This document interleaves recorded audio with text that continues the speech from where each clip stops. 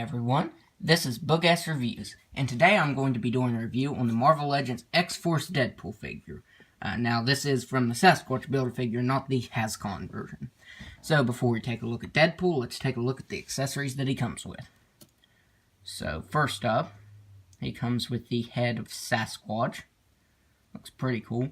I'm excited to get this built, because if you look, his head is way bigger than Deadpool's, than the standard figure. So that's pretty cool. Deadpool comes with his twin katanas. These are the same as the previous version. And as with the previous version, I have a lot of issues getting the swords in his hands. Well, it's not really getting them to stay in his hands, it's just not getting them in his hands, it's getting them to stay. Because, you see, they're just kind of... See, he can't hold them in his hands at all.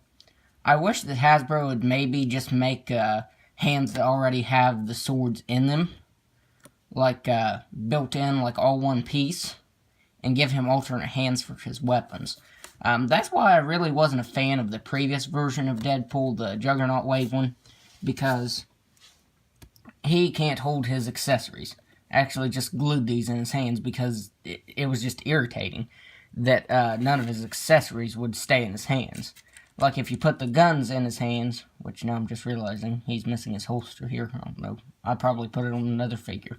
But, like with his guns, that would stretch his hands out and then he couldn't hold his swords. The taco would just stretch his hand out completely, like he couldn't hold anything if you put the taco in his hand. So this version was infuriating. And, like I said, I think the way that it could be fixed is give him alternate hands for each accessory. See, that the swords don't even stay, or the one sword doesn't even stay in his right hand, which can be a bit annoying. And there you go, and the sheaths pretty nicely.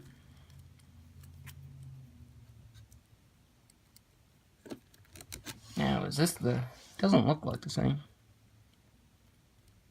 Yeah, I guess it's the same sheath and straps right there, but it does look different because it has a lot of nice paint detail to it.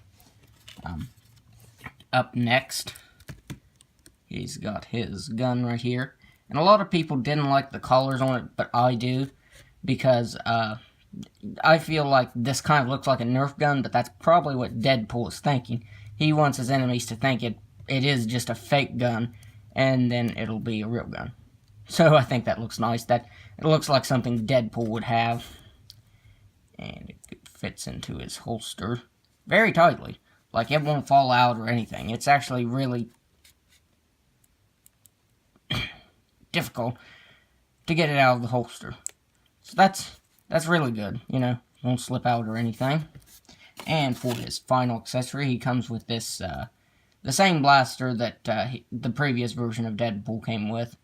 Except this one is blue and black instead of all just gunmetal. And he can hold this in his right hand very well. He can actually hold it in both hands. Just kind of have to wedge it in his left hand. Right there. There. So you can get him holding it in both hands. And that's the way I have him displayed since he can't hold his swords, which is irritating since that is his trademark weapons.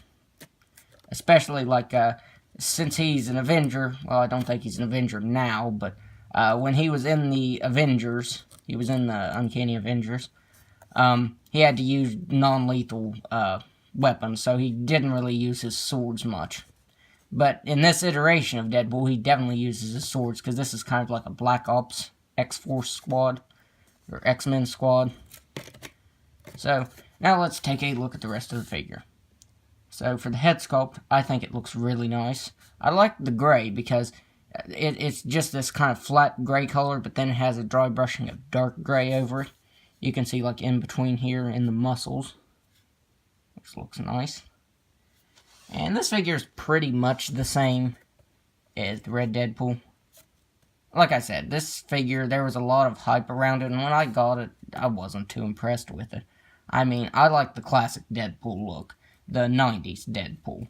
The Marvel Now isn't bad, but there's just something I didn't like about this toy, and I don't know what it was, honestly. Maybe it was because he couldn't hold the accessories. But this reuses the Bucky cap mold just like this one did. But he has these new arm bands, and a new belt, and leg bands, and feet. And that just painted on? Yeah, that's just painted on. So the feet aren't new, they're standard. But could have fooled me. So,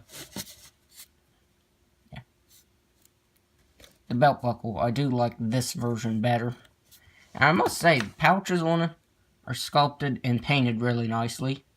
And the buttons right there are very shiny silver. And they're painted on cleanly. Usually the buttons are sloppy, like the buttons are normally like clear over here when they're supposed to be right here. They usually miss their mark, but there he's got all those pouches with more silver on them. Like I said, came up pretty cleanly, which is good. And there's his leg bands. Or I'm not sure why he even has these, to be honest. But he's Deadpool. I'm sure there's a reason behind it. My only complaint, really, is that right here on his leg, you can see how the black kind of just starts waving instead of being just, you know, squared off there. And this is over to the side, like if you put his leg the way it should be, it doesn't go straight down, which I could color that in. That's actually a pretty easy fix. But this one would be harder because it'd be hard to get this gray collar and kind of straighten that out right there. But if you have a really steady hand, you could. So now let's go over the articulation. He's got a ball-jointed head that can look back all the way. Oh, I forgot about this. He also has this collar piece right here. He can look down all the way. But it does bend this collar piece right here, so I'd recommend just bending it to right there. Move his head side to side. He's got ball-jointed shoulders that can move out that far. His right shoulder can't move out as far as his left. He's got swivel at the bicep, double-jointed elbows. Double-jointed elbows.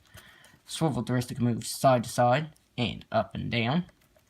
He's got an ab crunch that can move back all the way and down all the way. And swivel at the waist. Ball-jointed hips. Can move out that far. Can kick forward all the way. Wait. There. Can kick forward all the way. And back all the way. Don't get that with a lot of the figures now for some reason. He's got swivel at the thigh. Double jointed knee. Swivel at the shin. Swivel at the ankle. And an ankle rocker. So, this reuses the Bucky cap mold, so, you know, the articulation is pretty standard. But it is a really good figure, because I was disappointed that the HasCon Deadpool, that was the only way you could get his X-Force uniform. Because, you know, this is one of my favorite Deadpool outfits. The 90s one is my favorite, and this is my second favorite. Actually, they're kind of my both favorite. They're both my favorites. So, but I just really like this one, because this looks more like a serious Deadpool. Even though he's not really serious, but the book that he was in was really serious. If you have not read Uncanny X-Force by Rick Remender, I would really recommend that. It's a very good read. Before I do size comparisons, I did want to see if the Deadpool head or the alternate unmasked head would fit on this one. And, no. That's kind of odd. It's the same mold and everything, but it just doesn't fit on there. And I don't want to force it. Maybe if you put it in some hot water and stretched it out on the peg and then ran it under some cold water, you could probably have it on there. But I do not feel like breaking my figure today, so I will leave it as is. So now let's do some size comparisons here. So here he is, next to the previous Juggernaut Wave Deadpool. Like I said, there was a lot of hype around this figure, but I don't know, it's still not my favorite figure. Here he is next to my Custom Warpath. Oh, oops.